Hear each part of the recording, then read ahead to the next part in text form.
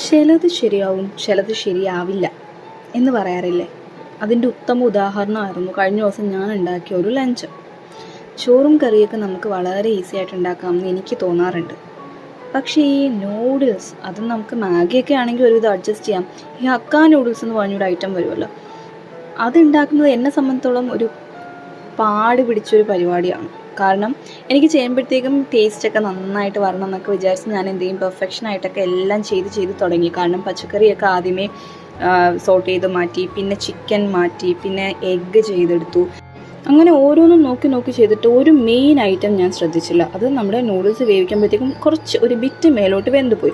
എന്നിട്ട് ഞാൻ വിചാരിച്ചു, ഓക്കെ ഞാൻ മിക്സ് ചെയ്ത് കഴിഞ്ഞാൽ അത് കുഴഞ്ഞു പോയാലെന്ന് വിചാരിച്ച് ശരത്തിനെ വിളിച്ചു. ശരത്ത് കോൺഫിഡൻ്റ് ആയിട്ട് എന്നോട് പറഞ്ഞു, നീ തട്ടിക്കോടാ, ഞാൻ ചെയ്തോളാം എന്ന് പറഞ്ഞു. അവസാനം ചെയ്തു വന്നപ്പോൾ ഇതായിരുന്നു അവസ്ഥ. ഭയങ്കര ഡിസപ്പോയിൻമെൻ്റ് ആയിപ്പോയി, വിഷമമായി. ഒരുപാട് കഷ്ടപ്പെട്ടതല്ല, പക്ഷേ ടേസ്റ്റ് ഉണ്ട് എന്നാണ് പറഞ്ഞത്.